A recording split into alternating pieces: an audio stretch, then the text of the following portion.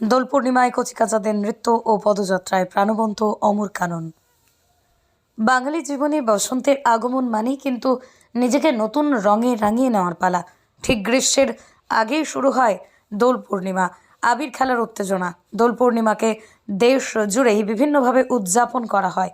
বাঁকুড়ার গঙ্গাজলঘাটি ব্লকের অমর কাননে শান্তিনিকেতনের আদলে নৃত্য পরিবেশনার মাধ্যমে পদযাত্রা করে দোল পূর্ণিমা পালন করা হয়।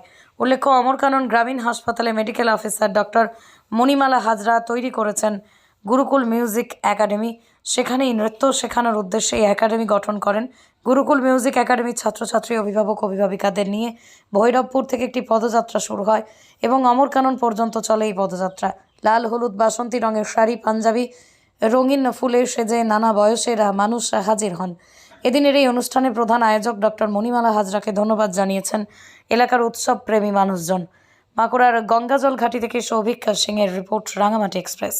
সমস্ত পল্লীবাসীদের জন্য যারা এখানে থাকে, অথচ দোল পূর্ণিমার যে এত সুন্দর একটা উৎসব, এই উৎসবটাকে অনেকে ইম্পর্টেন্স দেয় না, নিজেদের ঘরের মধ্যে সীমাবদ্ধ থাকে। আমরা চেষ্টা করেছি যেন বাঁকুড়া থেকে এবার বিভিন্ন জায়গা থেকে অমরকরণ ছুটে আসে, এটাই আমাদের উদ্দেশ্য।